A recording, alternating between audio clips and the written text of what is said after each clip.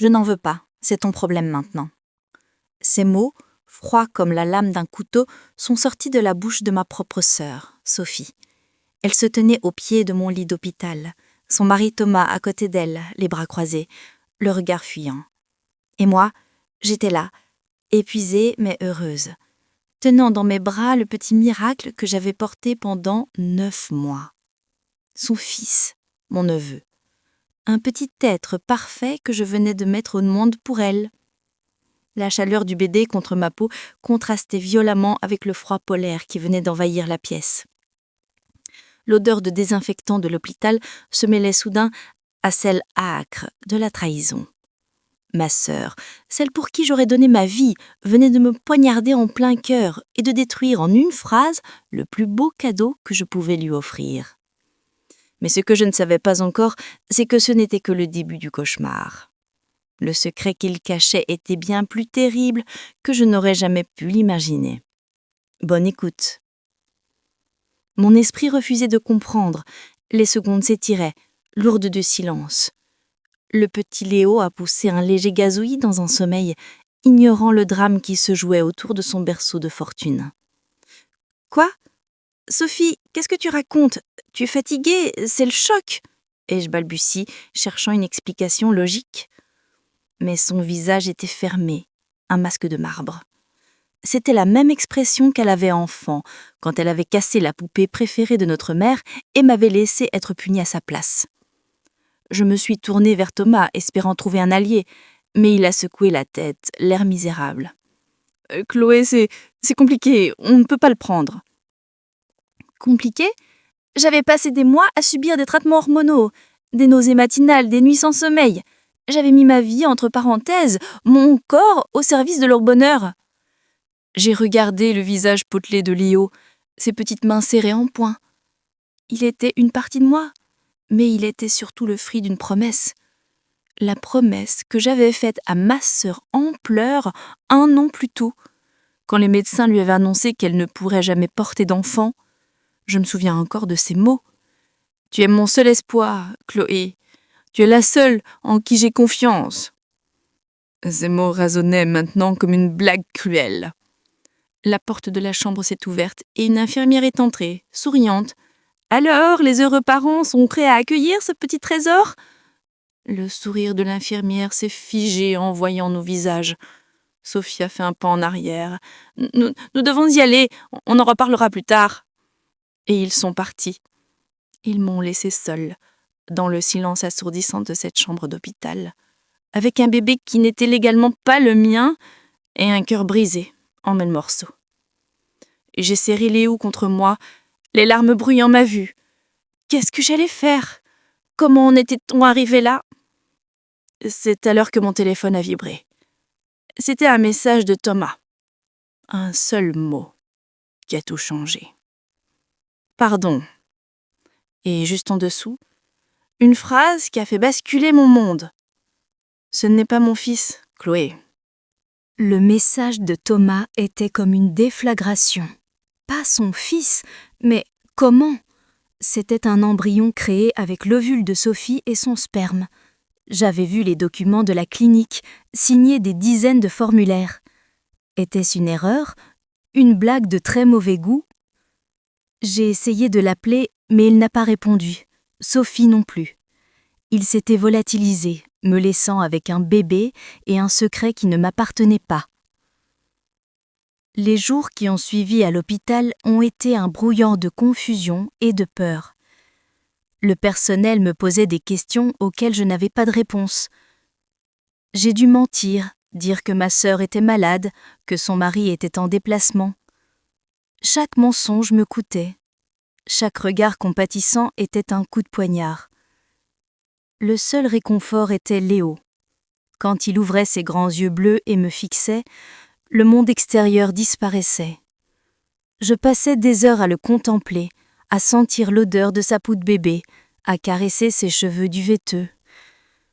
Un lien puissant, primitif se tissait entre nous. Il était si vulnérable, si dépendant de moi. Et malgré la panique, je savais que je ne pourrais jamais l'abandonner. C'est à ce moment-là que j'ai compris que je l'aimais déjà. Ce n'était pas l'amour d'une tante, c'était autre chose, de plus profond, de plus viscéral. Sortir de la maternité a été l'épreuve la plus difficile. Je suis rentrée dans mon petit appartement, pas du tout préparée pour un nouveau-né. Le berceau que Sophie et Thomas devaient apporter était absent. Les vêtements, les biberons, rien. Je me sentais complètement démunie. J'ai dû utiliser mes économies pour acheter le strict nécessaire, le cœur serré à chaque dépense. Je me suis souvenue de la conversation que nous avions eue il y a 6 mois. Sophie m'avait montré les plans de la chambre du bébé, peinte en bleu pastel avec des meubles hors de prix. Elle parlait de l'école privée, des cours de poney. Tout cela semblait une autre vie, un rêve lointain et cruel. Avez-vous déjà eu l'impression que le sol se dérobait sous vos pieds, que tout en quoi vous croyiez n'était qu'un mensonge ? C'est exactement ce que je ressentais. Chaque nuit, quand Léo se réveillait pour son biberon, je regardais par la fenêtre la ville endormie et je me sentais la femme la plus seule au monde. 1 semaine plus tard, alors que je commençais à peine à trouver un rythme, on a sonné à ma porte. C'était un huissier de justice. Il m'a tendu d'enveloppe officielle, mes mains tremblaient en l'ouvrant. C'était une mise en demeure, rédigée par un avocat. Sophie me sommait de restituer l'enfant à une agence d'adoption et m'interdisait formellement de la contacter à nouveau sous peine de poursuite. Non seulement elle abandonnait son fils, mais elle voulait aussi me l'enlever. La lettre de l'avocat a eu l'effet d'un électrochoc. La peur s'est transformée en une rage froide et déterminée. M'enlever Léo ? Jamais. J'ai pris le peu d'argent qu'il me restait et j'ai engagé une avocate. Une femme formidable nommée Maître Dubois. Elle a écouté mon histoire, le visage grave, en examinant les documents que j'avais. « C'est une situation complexe, Chloé », m'a-t-elle dit. « Légalement, vous êtes la mère porteuse. Biologiquement, il est votre neveu. Mais moralement, vous êtes sa mère. Nous allons nous battre. » Le combat était long et épuisant. Les semaines se sont transformées en mois.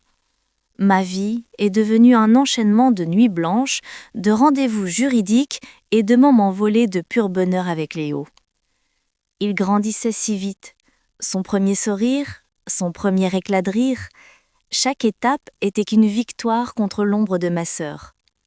Pour tenir le coup, j'ai accroché au-dessus de son berceau une vieille photo de nous deux, Sophie et moi, à l'âge de 5 ans, souriantes et inséparables.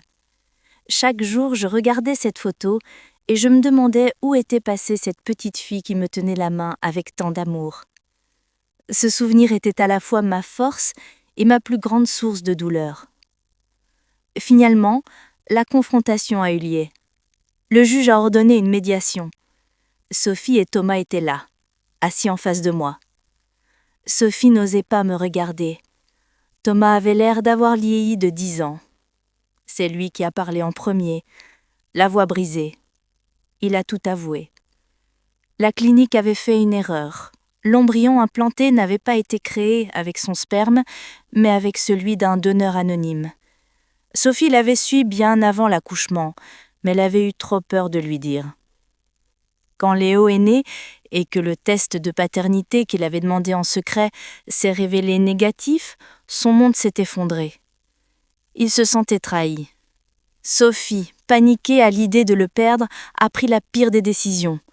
Se débarrasser du problème, effacer l'enfant qui était la preuve de son mensonge. En écoutant leurs aveux, je n'ai ressenti ni haine ni colère, juste une immense pitié. Leur rêve de famille parfaite s'était brisé sur un mensonge. Je me suis levée et j'ai dit au médiateur « Cet enfant n'est pas un problème, c'est mon fils ». Quelques semaines plus tard, le jugement est tombé. Compte tenu de l'abandon et de l'instabilité psychologique de Sophie, j'ai eu la garde exclusive de Léo. Thomas a demandé le divorce. Je n'ai plus jamais revu ma sœur. Parfois, le soir, Léo pointe Ludia de son berceau et demande qui est la petite fille à côté de maman. Je lui souris et lui dis « C'est une vieille amie qui est partie en voyage ». Peut-être qu'un jour, je lui raconterai toute l'histoire. Peut-on vraiment pardonner une telle trahison ? Je ne sais pas. Mais ce que je sais, c'est que chaque matin, quand je suis réveillée par le sourire de mon fils, je comprends que le plus beau cadeau de ma vie est né du plus grand chagrin. Et ça, c'est une leçon que je n'oublierai jamais.